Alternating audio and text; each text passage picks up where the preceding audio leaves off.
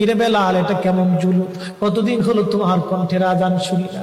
বেলাল রে, তোর কি মন চায় না আমি নবীর জিয়ারতে আসতে? বেলাল আয়, আমি নবীর জিয়ারতে আয় রে বেলাল আয়, কতদিন হলো তোমার কণ্ঠের আজান শুনি না। স্বপ্ন যখন নবীজি দেখাইছে, এ মুসলমান, হযরত বেলাল সুদূর সিরিয়ার দামেস্ক থেকে পাগলের মতো দৌড়াইলেন, পাগলের মতো ছুটে আসলেন। যখন মদিনাতে আসলেন তখন তাহাজ্জুদের সময় চলতেছিল। তাহাজ্জুদের সময় চলার সময় হযরত বেলাল রাদিয়াল্লাহু আনহু কাঠের জালি দিয়ে তখন রওজা শরীফ ঘিরে রাখা ছিল। ওই জালির পাশে বসে বসে জালির সঙ্গে মাথা ঠেকাইয়া নবীর পাগল বসে বসে গুনগুন গুনগুন করে কাঁদে আর বলে, হুজুর আপনি আসতে বলেছিলেন, গোলাম এসে হাজির হয়েছে। নবী গো, আজান দিতে বলেছেন, আমি আজান দিলে আপনি আগে নামাজে আসতেন, এখন আজান দিলে কি নবী আপনি নামাজে আসবেন? হুজুর এখন আজান দিলে কি আপনি নবী নামাজে আসবেন? নতুন মুয়াজ্জিন আসছে আজান দেওয়ার জন্য, এসে দেখে নবীর মুয়াজ্জিন বেলাল কাঁদে। ডাক দেখে মদিনাবাসী, শুনছো নবীর মুয়াজ্জিন ফিরে এসেছে, বেলাল আসছে, বেলাল ফিরে আসছে। এই কথা শোনার পরে সব সাহাবী ঘর থেকে বের হয়ে দৌড়ায় এসে দেখে বেলাল কাঁদে। সাহাবীরা বলে, বেলাল আজান দাও, কতদিন হলো তোমার কণ্ঠের আজান শুনি না। বেলাল আজান দাও, কতদিন হলো আজান শুনি না রে বেলাল। বেলাল বলে, সাহাবীরা রে, আমি আজান দিলে কি নবী নামাজ আসবে বলো? সালমান ফারসি রাদিয়াল্লাহু আনহু ডাক দেখে, সাহাবীরা আমাদের কথায় বেলাল আজান দিবে না, তোমরা যাও দেখো হাসান আর হুসাইন দুইজন ঘরের মধ্যে আছেন। ইমাম হাসান হুসাইন রাদিয়াল্লাহু আনহুমারা যদি বলে তাহলে বেলাল অবশ্যই আজান দিবে। সালমান ফারসির পরামর্শে সাহাবীরা দৌড়ায় গেলেন। বর্তমান 7 নম্বর গেট বাবুস সালাম বরাবর একটা মসজিদ আছে, মসজিদে আলী। এটাই ছিল হযরত ফাতেমা রাদিয়াল্লাহু আনহার বাড়ি। এই বাড়িতে দৌড়ে যাওয়ার পরে ইমাম হাসান হুসাইন রাদিয়াল্লাহু আনহুমা দুইজনকে নিয়ে আসা হলো। দুইজনকে নিয়ে আসার পরে হযরত ইমাম হাসানকে দেখতে আমার নবীর মতো দেখা যাইতো, চেহারাটা রাসূল করিমের চেহারার মতো ছিল। নাতি দৌহিত্র নানার চেহারা পেয়েছিলেন, ইমাম হুসাইন ও নানার সুরত পেয়েছিলেন। দুই ভাই নানার সুরত পেয়েছিলেন। হযরত বেলাল রওজা শরীফ থেকে উঠে হযরতে হাসানের বুকের মধ্যে মাথা ঠেকায় কাঁদতেছে, ইমাম হুসাইনের বুকের মধ্যে মাথা ঠেকায় কাঁদে। হযরত ইমাম হাসান ডাক দেখে, নানার মুয়াজ্জিন, কতদিন হলো তোমার কণ্ঠে আজান শুনি না।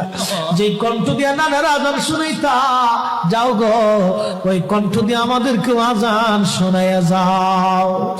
যখন হযরত বেলাল ইমাম হাসান এই কথা বললেন, হযরত বেলাল দৌড়ায় গেলেন। যেই বনু নাজ্জার গোত্রের মহিলা সাহাবীর ছাদের উপরে দাঁড়ায় বেলাল আজান দিত। আবু দাউদের 519 নম্বর হাদিসের মধ্যে আসছে, প্রত্যেক ফজরের নামাজের শুভেচ্ছা আদিকের আগে বেলাল দাঁড়াইতেন।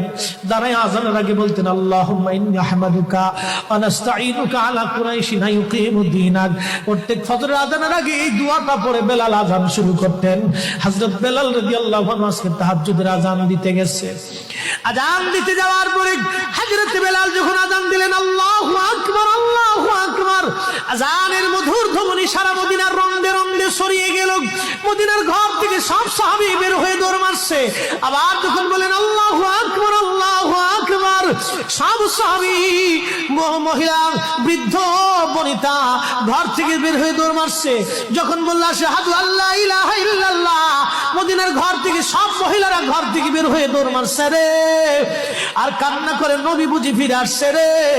আবার যখন বলেন আশহাদু আল্লা ইলাহা ইল্লাল্লাহ, তখন মদিনার মানুষ কান্না করতেছিল, গুন গুন গুন গুন করে কান্না করে।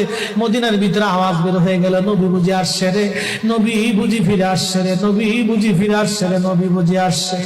হযরত বেলাল যখন বলেন আশহাদু আন্না মুহাম্মাদুর রাসূলুল্লাহ, মদিনার মাটিগুলি থরথর থরথর করে কেঁপে উঠছে রে। মদিনার মানুষের কান্না বেড়ে গেল। হযরত বেলাল অজ্ঞান হয়ে জমিনের মধ্যে পড়ে গেলেন, তিনি বেহুশ। নবীর আশিক বেহুশ হয়ে গেলেন। বেলালের মতো আশিক যদি আমরা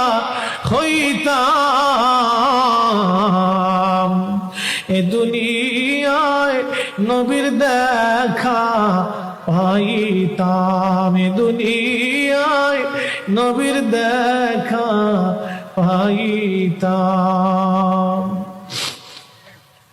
যখন হুঁশ ফিরে আসছে রওজা শরীফের পাশে বসে বসে বেলাল কাঁদে আর বলে, হুজুর আজান দিতে বলেছিলেন, আজান দিয়েছি হুজুর, আমি আজান দিলে আগে নামাজে আসতেন, আজকে আজান দিলাম আপনি হুজুর আসেন নাই। যে আজান দিলে নবী আসবে না, আমি বেলালে আজান আর কোনোদিন দিব না।